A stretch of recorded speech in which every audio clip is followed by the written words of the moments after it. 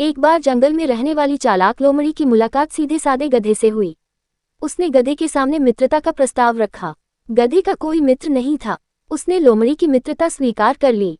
दोनों ने एक दूसरे को वचन दिया कि वे सदा एक दूसरे की सहायता करेंगे। उस दिन के बाद से दोनों अपना अधिकांश समय एक दूसरे के साथ गुजारने लगे। वे जंगल में घूमा करते, घंटों एक दूसरे से बातें किया करते थे। गधा लोमड़ी का साथ पाकर बहुत खुश था। एक दिन दोनों जंगल के तालाब किनारे बातें कर रहे थे।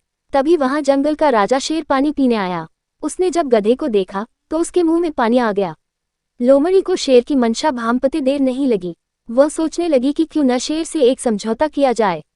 मैं उसे गधे को मारने में सहायता करूंगी। इस तरह मेरे भोजन की भी व्यवस्था हो जाएगी।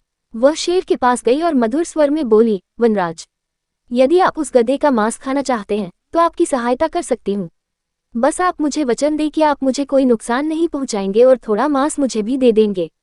शेर भला सामने से आ रहे प्रस्ताव को क्यों अस्वीकार करता। वह मान गया। अगले दिन योजना अनुसार लोमड़ी गधे को भोजन ढूंढने के बहाने जंगल में एक ऐसे स्थान पर ले गई जहां एक गहरा गड्ढा था। लोमड़ी की बातों में उलझे गधे की दृष्टि गड्ढे पर नहीं पड़ी और वह उसमें गिर पड़ा। लोमड़ी ने तुरंत पेड़ के पीछे छुपे शेर को इशारा कर दिया।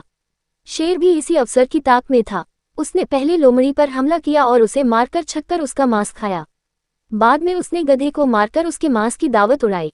शिक्षा: मित्र को धोखा देने वाले का परिणाम बुरा होता है।